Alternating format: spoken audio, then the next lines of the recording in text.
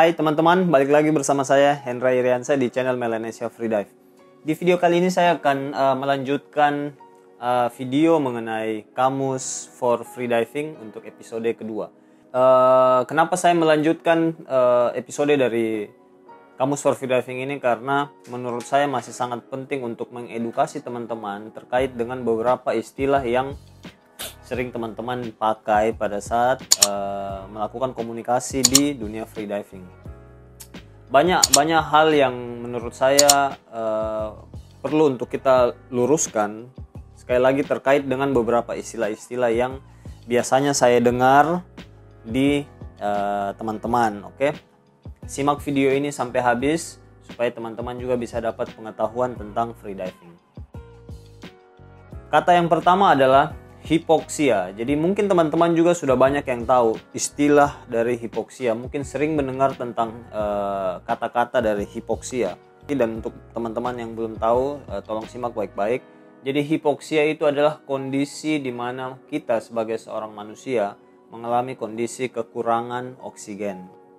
Oke, jadi kekurangan oksigen itu bahasa lainnya adalah hipoksia. Seberapa kurangkah atau seberapa banyakkah turunnya level dari si oksigen itu di dalam kita punya badan sehingga masuk kategori dari hipoksia.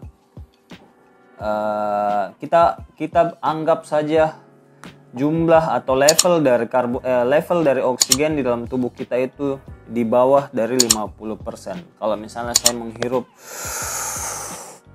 kemudian seiring berjalannya waktu, si oksigen itu bakal tertukar jadi karbon dioksida dan akhirnya karbon dioksida bakal menumpuk di dalam badan saya. Secara tidak langsung persentase dari karbon dioksida akan lebih banyak daripada oksigen. Oksigen bakal turun yang tadinya 100% dia bakal turun sampai di bawah 50%. Nah, itulah masuk kategori dari hipoksia. Oke. Mudah-mudahan teman-teman bisa paham. Yang kedua ada free fall. Oke. Kata-kata ini juga pun sebenarnya sangat familiar buat teman-teman yang mulai dari level yang beginner, advance, apalagi sampai di master level. Ini sangat-sangat familiar ya. Sering sekali saya dengar. Cuman di video kali ini saya bakal membahas tentang apa sih arti dari free fall. Secara definisi, secara pengertian dari free fall itu ya kita bisa tahu sendiri berarti jatuh bebas atau dimana kondisi kita sudah sangat negatif di bawah laut. Artinya tanpa harus bergerak ke bawah kita sudah ketarik karena adanya gravitasi. Cuman yang saya mau bahas di sini adalah ketika kita sebagai seorang freediver ngomong masalah free fall, maka yang harus kita pahami di sini adalah kapan kita harus free fall atau timingnya kapan, kemudian kecepatan atau speed ideal pada saat kita free fall. Di meteran berapa kita harus free fall. Nah, itu yang kita bakal bahas. Nah, menurut saya timing yang pas itu adalah ketika kita merasa kita punya speed itu sudah memang betul-betul pas 1 meter per detik. Di meteran berapa? Tiap orang beda-beda. Kesalahan yang paling sering saya dapat adalah begitu teman-teman baru 10 meter, 15 meter, antara 15 ke 20, iya memang betul kita sudah cenderung negatif. Tapi belum saatnya kita untuk stop. Belum saatnya kita untuk dapat speed yang pas untuk free fall, karena durasi speednya kita masih relatif mungkin agak sedikit lambat. Kalau kalian nonton video-video di kompetisi, kebanyakan mereka stop untuk bergerak, stop kicking, stop narik itu mungkin di atas 30 meter, bahkan mungkin masih ada yang melakukan pergerakan di atas 40 meter. Jadi sekali lagi mudah-mudahan teman-teman bisa tangkap secara definisi. Oke, free fall itu adalah jatuh bebas atau kalian sudah betul-betul tenggelam karena adanya gravitasi, karena kita punya buoyancy sudah cenderung negatif. Tapi yang saya maksud di sini adalah timingnya, speednya, dan kira-kira di meteran berapa. Oke, nanti kita bakal bahas lagi atau kalian bisa klik video di atas sini. Saya sudah pernah membahas tentang buoyancy. Saya sudah pernah membahas tentang daya apung yang ada hubungannya dengan si free fall itu sendiri. Yang ketiga ada eversi dive. Eversi dive ini biasanya teman-teman pakai di salah satu metode latihan di mana kita mensimulasikan menyelam dalam deep dive di meteran-meteran pendek.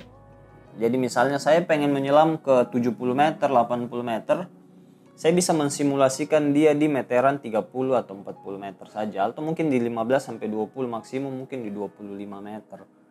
Oke. Dengan cara membuang sedikit oksigen yang ada di dalam paru-paru kita, kemudian kita menyelam. Jadi ada sebagian volume udara di dalam paru-paru kita yang dibuang. Jadi setelah kita tarik napas full, kemudian ada sebagian dibuang, kemudian kita menyelam. Jadi menyelam tidak dengan kondisi full lungs capacity, tapi hanya sebagian. Jadi kalau kita bahas soal total lungs measurements, total lungs capacity atau lungs measurements, di situ ada mulai dari tidal volume, kemudian ada di atasnya expiration reserve capacity, volume, kemudian di bawah tidal volume, di bawahnya lagi ada inspiration reserve volume. Nah, di bawahnya itu ada si FRC. Jadi kita hanya menyelam pakai itu. Secara teknis sih sebenarnya yang saya pengen bilang adalah tolong bedakan antara empty lung dive atau exhale dive dengan FRC dive. Kemudian teman-teman juga harus paham bahwa kita tidak bisa menentukan dengan pasti berapa banyak udara yang dibuang. Ada orang yang bilang buanglah 20-25%. Misalnya saya habis narik, kemudian saya buang. Kita nggak bisa tahu dengan detail bahwa itu 20 atau itu 25%. Cuman saya pernah diajari bahwa untuk memastikan bahwa, untuk mengetahui bahwa oh ini kita masuk kategori dive dengan FRC dive itu sendiri adalah dengan melepas sedikit tense di kita punya dada pasca menarik napas full. Jadi otomatis bagian otot dada kita ini mungkin agak sedikit tegang, kemudian kita coba release tense-nya sedikit dengan passive exhale. Tahan, baru kita dive. Oke, itu kita bisa asumsikan bahwa oh ya ini kita masuk dengan kategori menyelam dengan FRC. Oke, jadi bukan total lungs capacity. Nanti saya kasih penjelasannya mengenai si lungs measurements. Oke, mudah-mudahan teman-teman bisa paham. Yang berikut ada packing. Packing ini yang biasa teman-teman lihat ketika ada orang. Oke, itu istilahnya packing. Pack. Jadi dia coba menambah sejumlah oksigen masuk setelah full breath. Jadi setelah napas full, sebenarnya paru-paru dia sudah cukup full, tapi dia pengen nambah lagi. Makin full. Oke, masuk dalam kategori master level. Tidak diajari di beginner level, advanced level pun belum diajari, dia masuk di master level di mana kita bisa menambah beberapa persen dari total lungs capacity-nya kita. Jadi ya semakin banyak udara yang kita bawa ya semakin bagus juga buat kita, dengan catatan kita sudah cukup fleksibel, kemudian kita paham bagaimana cara melakukannya dan apa sih benefit dari packing. Jangan dari level beginner kalian sudah sikat dengan teknik itu, sedangkan kalian belum tahu sama sekali teorinya apa. Jadi saya tidak pernah melarang orang untuk lakukan itu kalau memang dia sudah, misalnya dia rajin stretching, kemudian dia paham sebenarnya teknik itu dipakai buat apa. Nah, do it. Tidak jadi masalah. Tapi kalau kalian hanya mencontohi orang, disarankan lebih baik jangan. Oke? Yang berikut ada low volume. Low volume ini berhubungan dengan masker free diving. Nanti kalian bisa klik video di atas, saya bahas detail tentang low volume. Jadi ada volume yang harus kita ekualisasi atau yang harus kita netralkan tekanannya. Karena ada masker, rongga di dalam masker. Semakin low dia semakin bagus. Oke, silakan klik video di atas. Yang berikut ada spirometer. Spirometer itu adalah alat untuk mengukur total lungs capacity manusia. Oke, jadi ada orang yang pengen tahu, kira-kira berapa liter sih volume paru-paru saya. Nah, alat itu yang bisa mengukur kira-kira sekian liter daya tampung dari paru-parumu. Oke. Yang berikut ada official time atau official top. Ini berhubungan dengan dunia kompetisi. Biasanya teman-teman dengar si jurinya ngomong 2 menit, 1 menit, 5, 4, 3, 2, 1. Dia ngomong official top 1, 2, 3. Nah, official top ini adalah batasan waktu yang dikasih sama panitia atau pihak juri. Ini rulesnya memang seperti itu. Kemudian seorang diver atau si atletnya ini harus mengikuti rules itu. Jadi setelah dia ngomong official top, berarti batas waktunya untuk relaksasi selesai dan dia dipersilahkan untuk menyelam. Dia dipersilahkan untuk menahan nafas. Oke, jadi dia boleh menyelam setelah habis batas waktunya itu, batas official time-nya itu. Jadi 2 menit sampai 0 detik, kemudian nanti ada beberapa detik tambahan untuk dia. Disitulah dia boleh turun. Ketika dia melewati batas waktu yang dikasih, maka akan ada penalti buat si diver itu sendiri. Oke, kurang lebih seperti itu. Kemudian yang berikut ada immersion diuresis. Immersion diuresis ini kenapa saya ambil jadi kata yang harus saya bahas di episode kedua, karena kebanyakan murid-murid saya, kebanyakan teman-teman saya sudah berada di level advance, di mana kita sudah banyak membahas tentang mammalian dive response. Immersion diuresis masuk dalam salah satu respon mamalia yang harus kita pahami.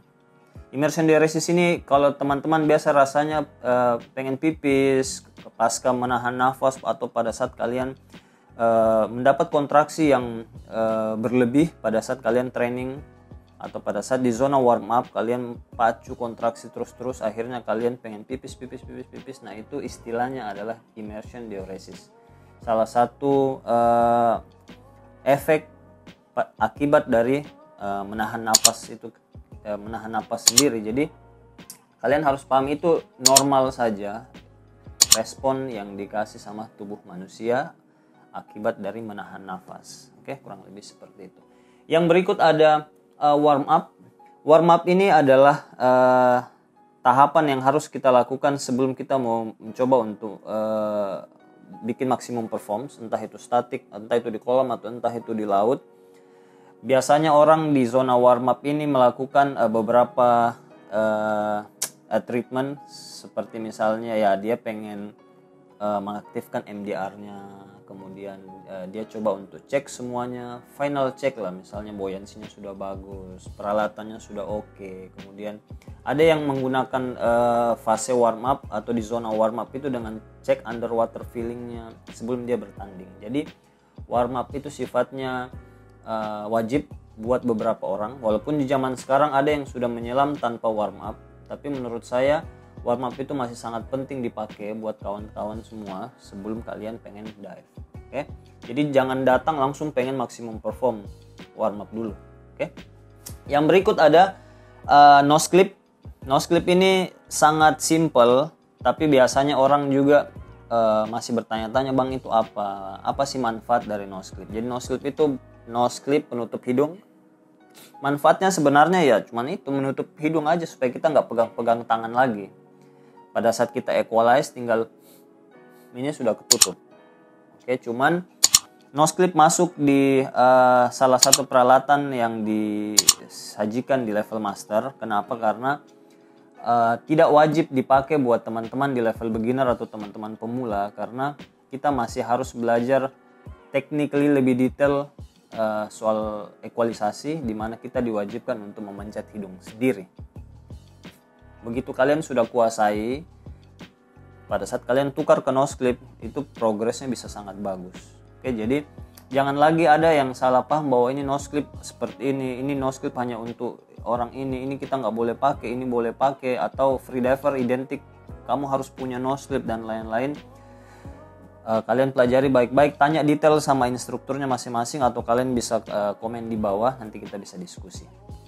Yang berikut ada residual volume. Residual volume ini masih ada hubungannya dengan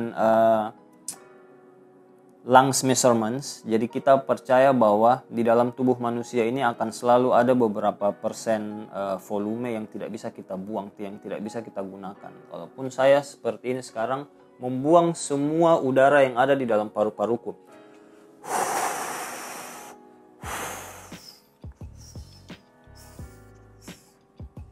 Akan selalu ada volume yang tersisa di dalam sini yang tidak bisa saya keluarkan. Oke, residual volume. Kalau di teorinya dia bilang banyaknya residual volume itu sekitar 20-25% dari total lungs capacity manusia. Oke. Yang berikut ada mouth fill.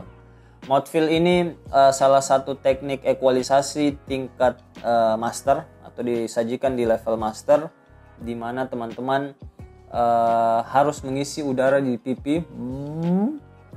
Kemudian tekanan yang ada di sini itu yang bakal kita pakai untuk mempertahankan udara di sini dan bisa untuk mengekualisasi kita punya rongga sinus sampai di middle ear. Jadi sudah tidak ada lagi istilahnya, sebenarnya basically-nya tetap Frenzel, cuman kita mengandalkan sedikit tense di sini. Ada yang sifatnya konstan, jadi dia tinggal semuanya paten di dalam sini tidak bergerak, dan kita coba untuk equalize terus-terusan.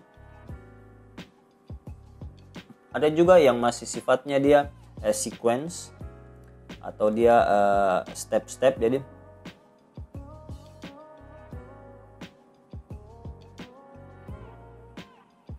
walaupun tetap mengandalkan pressure dari sini. Oke. Secara detail nanti mungkin kita bakal bahas khusus untuk mouth fill atau teknik ekualisasi yang agak sedikit di atas lagi. Tapi di kesempatan kali ini saya hanya kasih penjelasan secara singkat saja bahwa mouth fill itu apa. Oke. Kurang lebih begitu video kali ini. Kita bakal bahas lagi nanti 12 kata di episode ketiga. Mudah-mudahan teman-teman bisa membantu teman-teman yang masih kebingungan atau masih tidak familiar dengan kata-kata yang biasa dipakai atau didengar di dunia freediving. Kalau ada yang kurang jelas, saya mohon maaf. Kalian bisa komen di bawah. Saya Hendra Iriansyah pamit. Jangan lupa kalian subscribe channel Melanesia Freedive, kasih saya like, dan kalian boleh share ke teman-teman kalian kalau video ini kalian rasa berguna. Sampai jumpa di video selanjutnya. Bye-bye.